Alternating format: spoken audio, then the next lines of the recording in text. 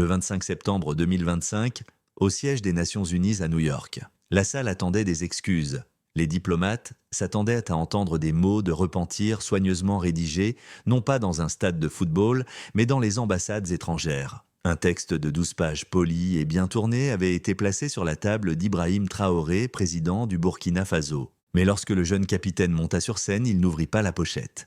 Il plia les papiers, les glissa dans sa poche et parla avec sa propre voix. Avant de demander à l'Afrique de s'excuser, commença-t-il ? « Dites-moi combien de fois vous vous êtes excusé auprès de l'Afrique ?» La salle se figea. Certains diplomates baissèrent les yeux, d'autres se tortillèrent, mal à l'aise sur leur siège. Le silence était lourd brisé, seulement par l'écho des paroles de Traoré. Ce qui devait être une session de routine se transforma en un affrontement qui ébranla l'Assemblée. Un discours prévu pour durer quelques minutes s'étira pendant des heures et à la fin, 43 nations africaines se rassemblèrent autour du Burkina Faso. Le message était simple mais historique.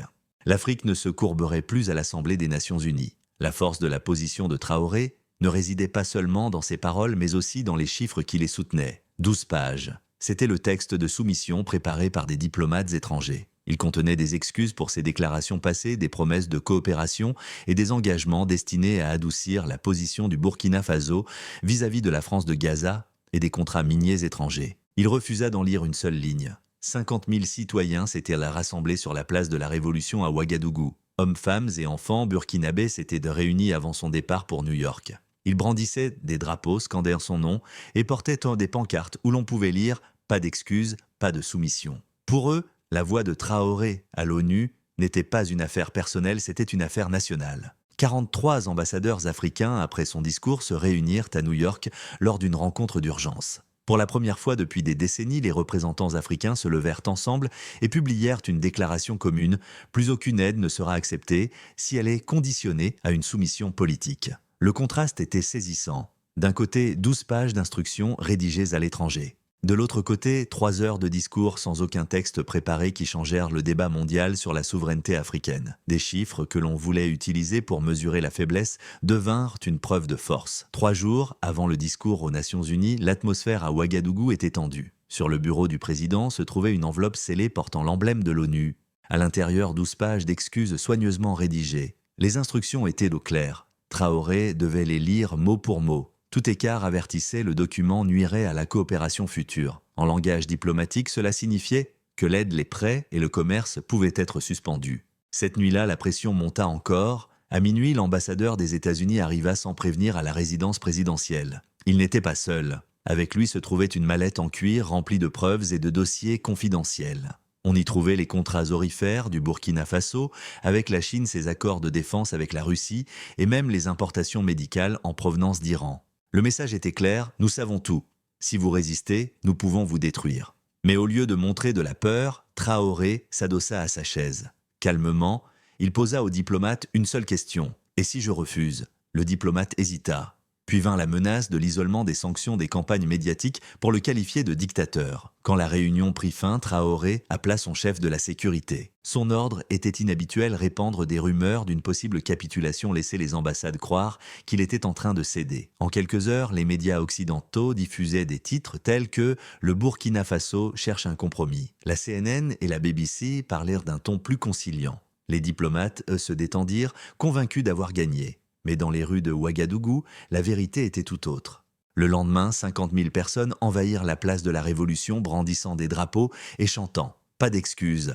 Des femmes pleuraient, des jeunes criaient et des enfants agitaient des banderoles. Le peuple ne réclamait pas la paix à n'importe quel prix, il réclamait la dignité. Traoré se tint devant eux et promit « Ma voix sera votre voix à New York ».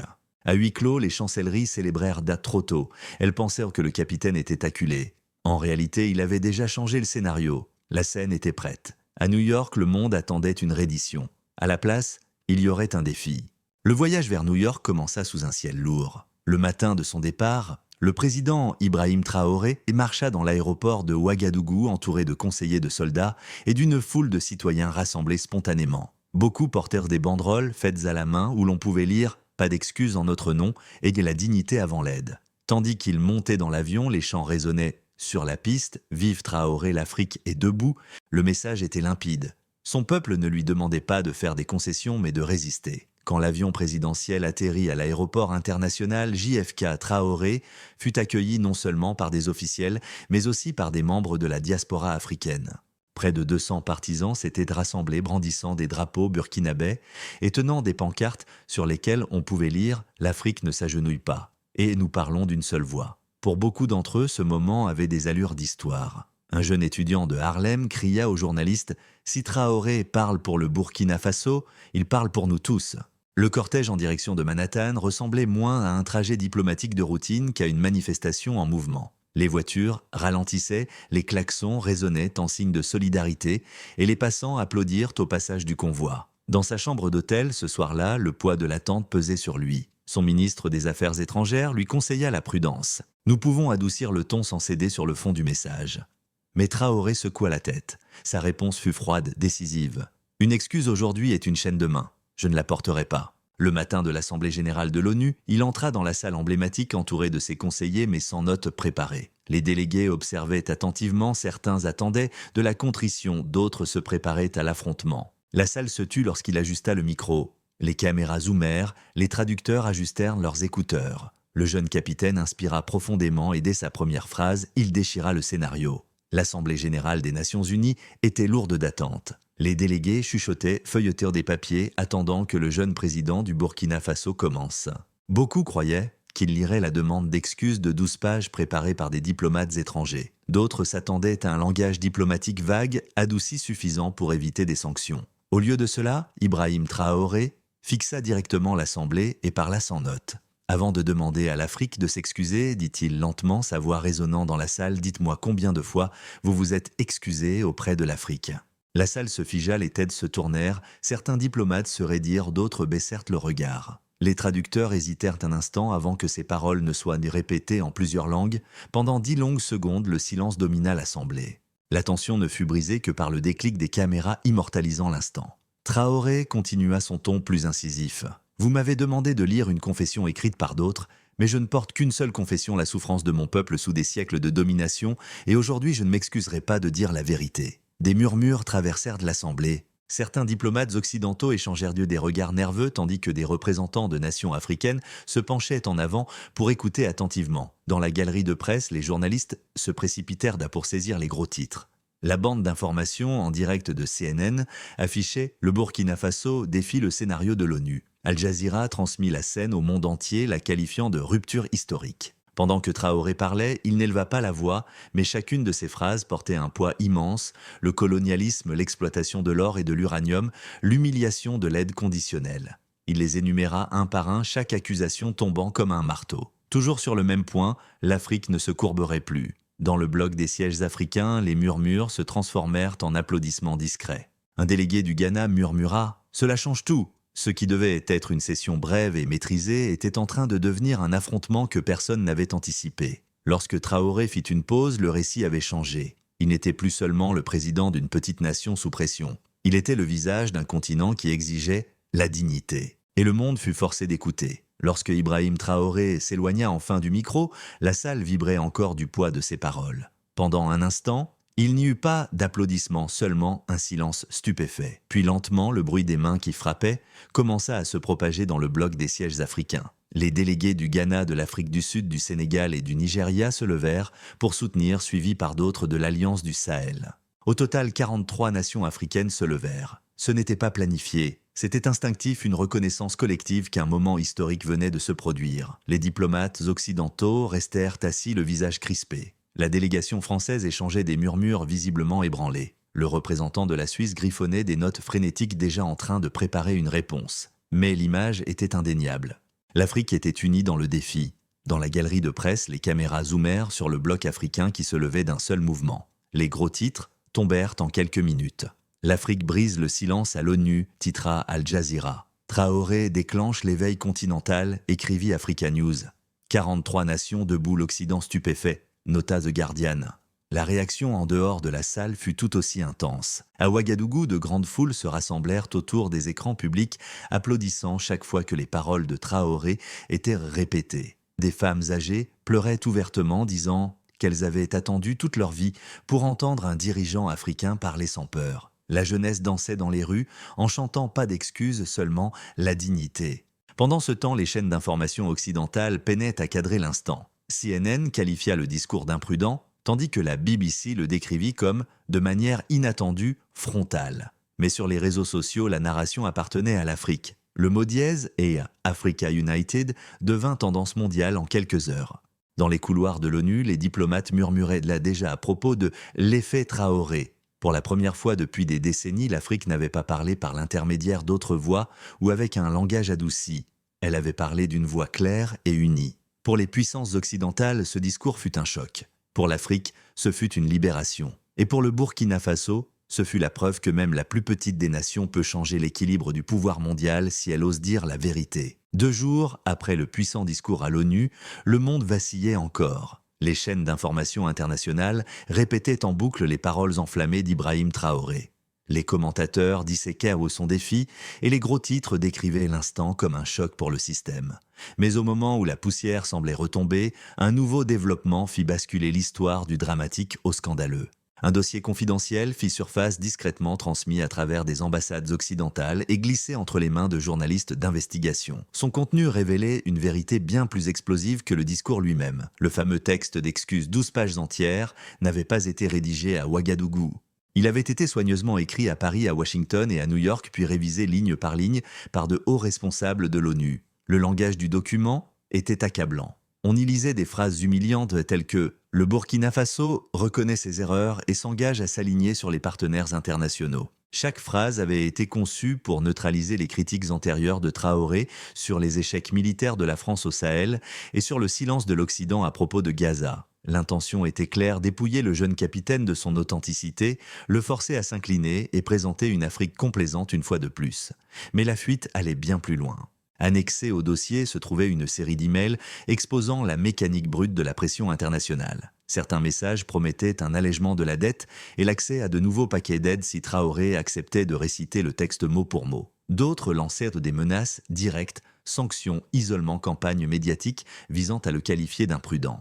Une note d'un envoyé européen était d'une franchise brutale, le capitaine doit s'agenouiller ou il sera isolé. Lorsque ces révélations éclatèrent dans les médias africains, l'indignation fut immédiate et incontrôlable. Ce que les diplomates occidentaux appelaient un protocole diplomatique standard apparaissait désormais sans équivoque comme un plan de soumission.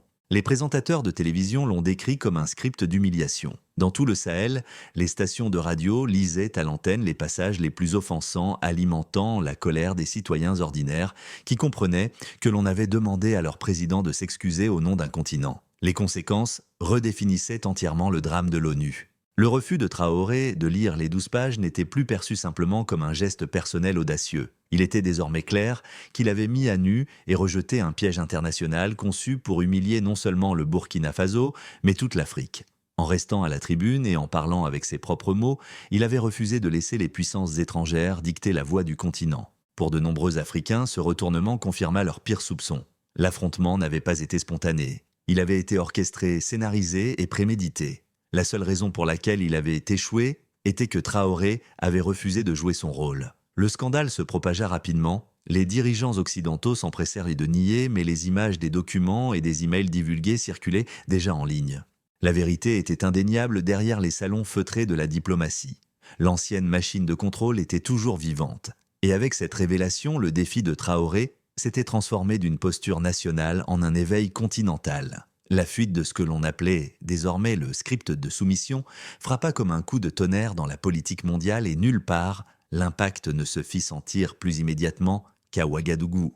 Les nouvelles se propagèrent rapidement à travers les émissions de radio, les publications sur les réseaux sociaux et le bouche à oreille. À l'aube, des milliers de citoyens burkinabés s'étaient de nouveau rassemblés dans les rues de la capitale. Ils brandissaient des pancartes faites à la main où l'on pouvait lire « Pas de script, pas de chaîne et l'Afrique ne s'agenouillera pas ». Les chants de la foule résonnaient dans toute la capitale, un rejet sans équivoque de l'idée que les paroles de leur président aux Nations Unies aient pu être dictées par des diplomates étrangers. Les animateurs de radio locaux lisaient à haute voix des extraits des emails divulgués révélant les tactiques de pression, les menaces voilées et le ton paternaliste du projet de document. Chaque diffusion ajoutait du carburant à l'indignation, convainquant les citoyens ordinaires qu'il ne s'agissait pas seulement d'Ibrahim Traoré, mais de la dignité de tout leur continent. La riposte franchit rapidement les frontières du Burkina Faso. En seulement 48 heures, 43 ambassadeurs africains s'étaient réunis à New York pour une réunion d'urgence. Pour la première fois depuis des décennies, les représentants africains se tinrent côte à côte et publièrent une déclaration commune. Celle-ci rejetait toute forme de conformité préécrite et affirmait que les dirigeants africains avaient le droit de s'exprimer librement dans les forums internationaux sans ingérence. Les analystes la décrivirent comme la démonstration la plus claire d'unité africaine depuis une génération, un tournant où le continent refusait d'accepter une diplomatie scénarisée comme prix de l'aide ou de la reconnaissance. Les gouvernements occidentaux, quant à eux, se hâtèrent de contenir les retombées. Le ministère français des Affaires étrangères nia rapidement toute implication, rejetant le script divulgué comme étant fabriqué. Les autorités de l'UE minimisèrent son importance, affirmant qu'il ne s'agissait que d'une simple suggestion. Cependant, ces démentis sonnèrent creux. Dans les médias africains et du Sud global, l'affaire fut présentée comme une preuve irréfutable d'arrogance néocoloniale. Les gros titres se multiplièrent. Al Jazeera déclara « Traoré défie le script », tandis que Africa News alla plus loin en qualifiant le scandale d'affaire Traoré. Les commentateurs notèrent que l'image à elle seule, celle de diplomates occidentaux rédigeant des excuses pour un dirigeant africain, était désastreuse quelles que soient les explications officielles. Sur les réseaux sociaux, l'indignation se multiplia par 100. Des hashtags comme Searo Traoré Effect et Oma Africa Spirit atteignirent le sommet des tendances mondiales. À Nairobi, des étudiants universitaires organisèrent des manifestations pour la dignité, remplissant les campus de débats sur la souveraineté. À Accra et à Dakar, des artistes de rue peignirent d'immenses fresques murales représentant Ibrahim Traoré, déchirant les fameuses 12 pages, le transformant en un symbole de défi pour tout le continent. Chaque acte créatif transforma la colère politique en élan culturel garantissant que l'histoire atteigne même ceux qui suivaient rarement les affaires internationales. Pour les puissances occidentales, l'affaire fut un embarras cuisant soulevant des questions sur leur crédibilité et leur méthode.